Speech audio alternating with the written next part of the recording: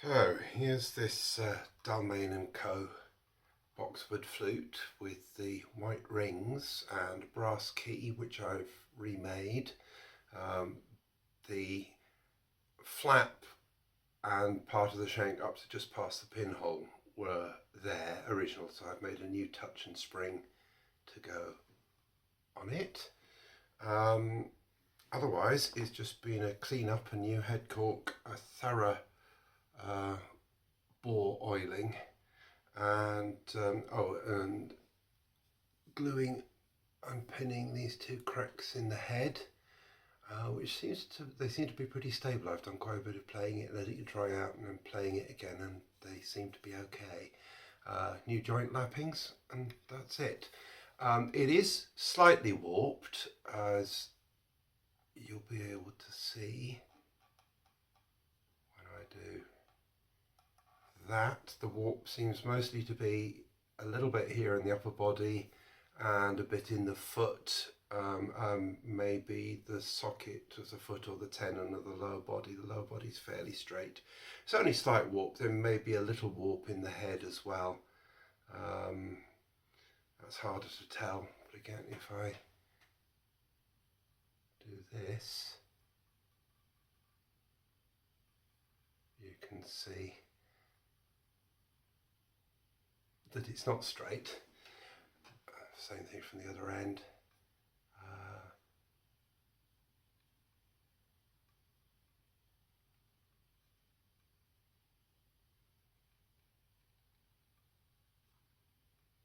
And on round. So yeah, a little bit of a banana, not severe, not enough to affect the intonation or anything. So that's the gist of its physical condition. It plays fully closed up like that, a little bit above A440, maybe around A445, something like that. So I have made a couple of spacer rings to put in the head socket, just to make that a bit more stable and less of a water trap, because you can play it at A440. I've been playing it in sessions with, depending on ambient temperature and so on, between that and that sort of a slide extension. You can't go much beyond that without putting a lot of extra lapping on the outer end of the tenon. You could pull it out further if you needed to, but you would have to do some temporary extra lapping on there, which wouldn't then let you push it all the way in if you wanted to. So I've made these spacer rings, two different sizes, and I've strung them together because when I made the first one, twice at a session I dropped it on the floor and had fun and games finding it. So I made the second one, I drilled holes in them and put a string through them, which is fine going over the tenon. So if you hold the embouchure downwards and where the string in the ring is, and push it into the socket, and then put the body in and adjust the embouchure hole, finger hole alignment where you want it to be, and then you can just flip the other ring hanging on its thread over there, and it's pretty inconspicuous, but safe. And when you take them apart, even if you do that, you're not going to drop them. So do the same thing with the other one. Embouchure downwards, thread downwards, place the ring in, insert the tenon up to the ring, align the hole, and thread round. There you go, the ring's there, out of the way, and not doing any harm and not particularly noticeable to the audience. Obviously you could separate them and do something else to keep them both safe if you don't want them dangling from the flute, but I find that quite satisfactory. When I said that closed up, its pitch is around A445. The actual A there is maybe more like 447, but the scale, typical of a mid-19th century English flute, the scale is stretched. The low D is flat, and the A and B are a bit sharp. And so if you set the tuner to 445, that seems to be where the scale is best centered, certainly through the bottom 2 octaves.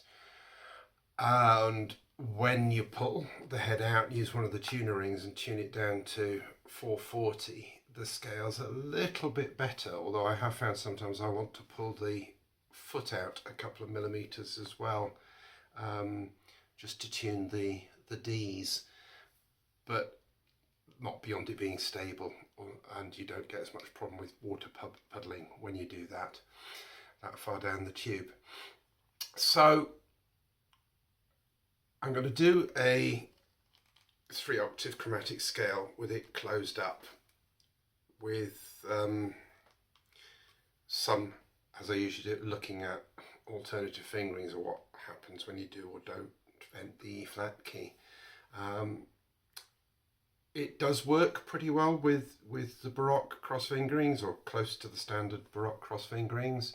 Of course, the F naturals, the 4th fingering, tend sharp, and you have to lift them down, and the F sharp tends flat, and you do need to vent the E flat key and maybe lip up as well. Anyway, here we go.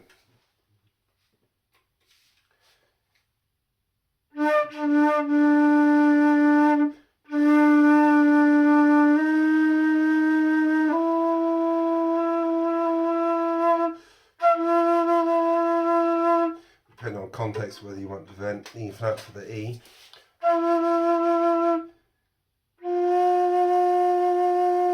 Definitely not for the F.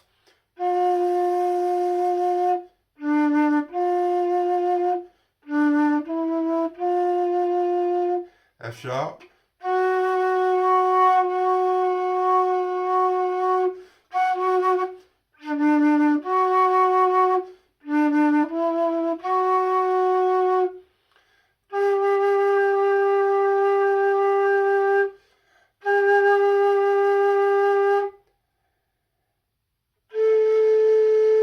G sharp with all 3 right hand fingers in the E flat key is quite veiled, but it's the best in tune one you get. There's not much to choose between it for pitch, with just right 1, 2 and no E flat.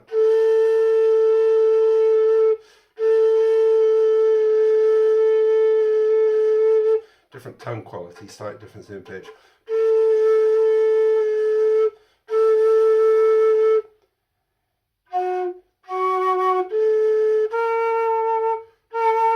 Of course the A sharp, which makes it harder to.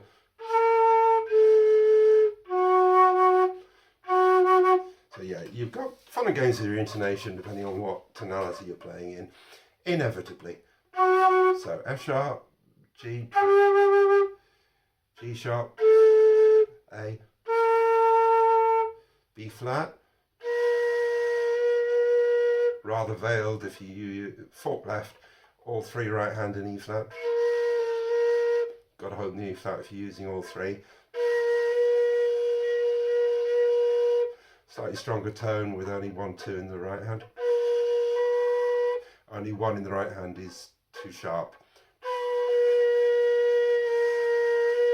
So a bit horses for courses. Strongest one is fork left, right 1, 2, E flat. B, normal. The E flat key doesn't make much difference. C, so left 1, 2, left 2, 3, the baroque C. It's probably the best in tune one. The 19th century one, left 1, right 1, 2, 3, with or without the E flat key. With the E flat key, it's obviously a lot stronger, a little sharper. Again, you would need to decide in context whether you're going to use left 2, 3, or the OXO XXX E flat key one. C sharp, baroque one with right hand on,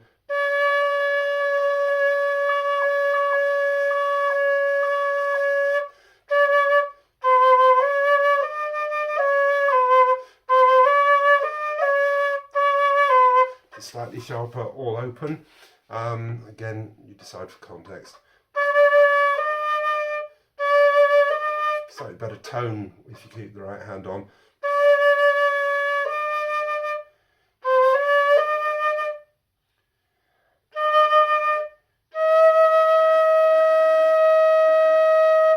E flat, beginning of the second register. It's a bit of a toss-up whether or not you keep left one on. E. Huge difference whether between opening the E flat key and not opening it.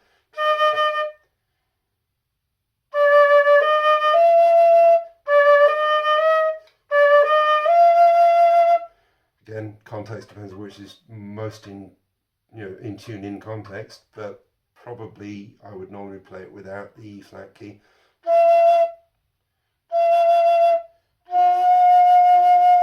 F natural, obviously, fork, no key, and lip down.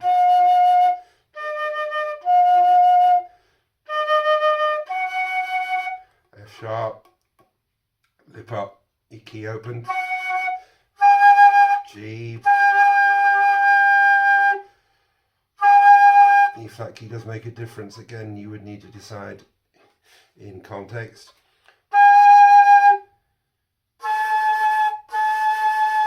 G sharp.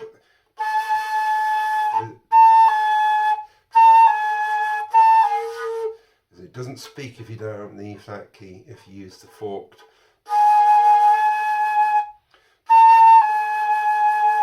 Right hand. No, you can't use two fingers in the right hand. Not one, two rather.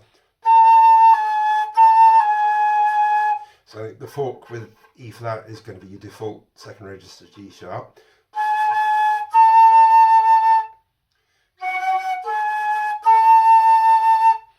A normal. B flat is just a straight fork, as in normal baroque. B normal. C natural, you've got quite a few choices. So the double fork with the key, the OXO XXX with the key, the right one off, it's a right three off rather, it's a bit too sharp.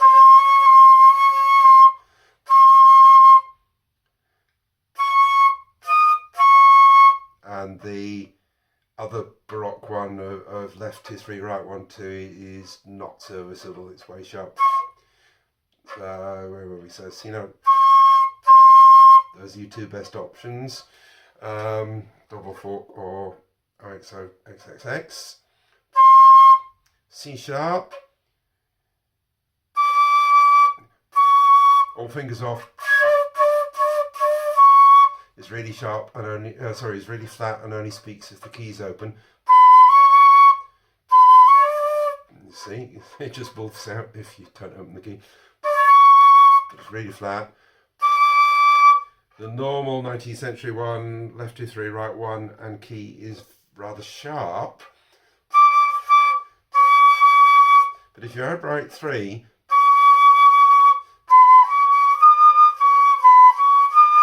it's not too bad. D, you have to open the E flat key or you get a, what do you get?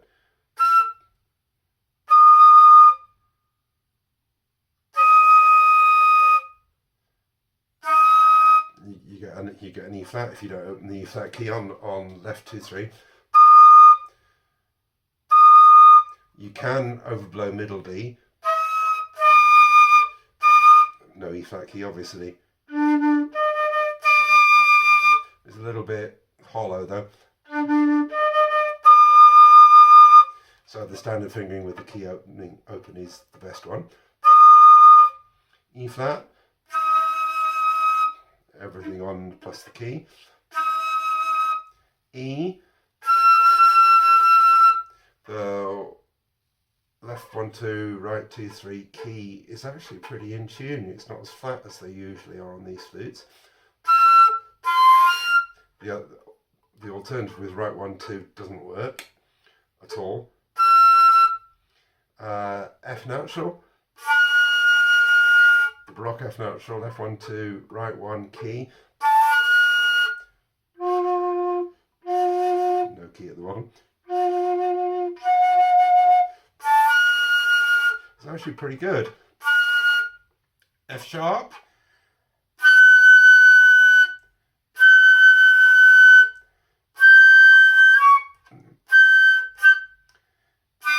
So you've got the usual choice between either forking the right hand with no key or forking the left hand with no key, or you can actually just overblow normal F sharp, but without the key. Difference in tone between the two forked ones. The upper fork is slightly sharp. Choices. G. Usual, just left 1 and 3, no key. G sharp. Left 3, right 3, E flat key, normal. A. Normal, left 2 3, right 1 2, key. Sorry, no key. No key. B flat, some choices. So left 2, right 1, E flat key, maybe.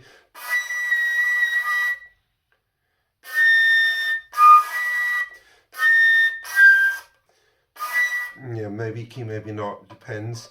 Or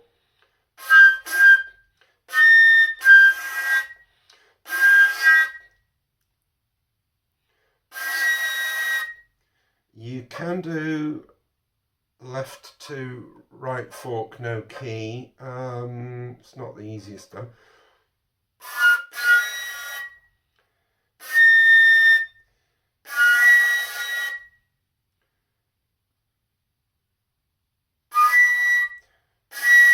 You can add right 2, so left 2, right 1 2 in the key.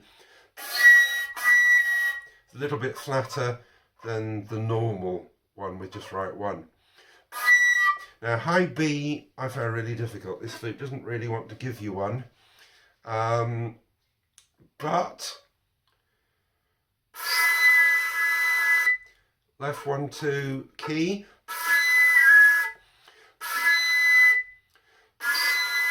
or maybe adding right 3, big question mark on that one. You just about get it out, hard to hit when you're sort of going through them though. And the high C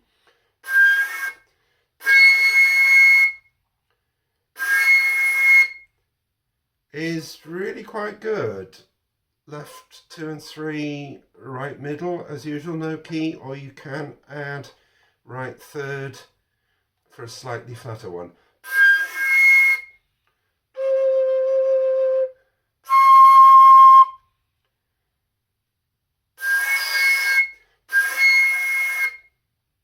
So there you have it, all the way to high C. It does work.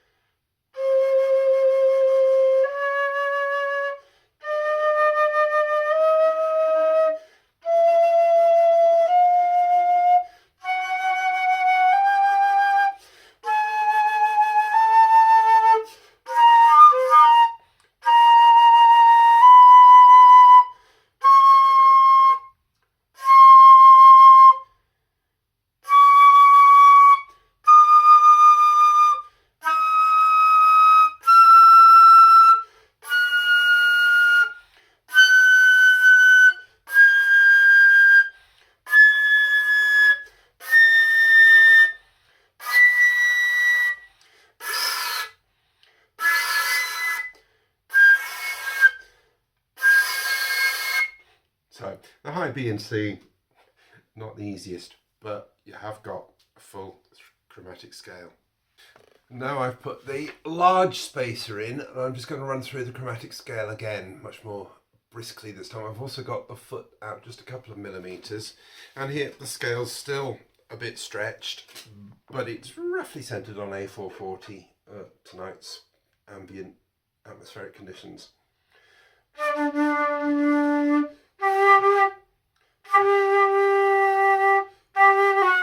So from the bottom.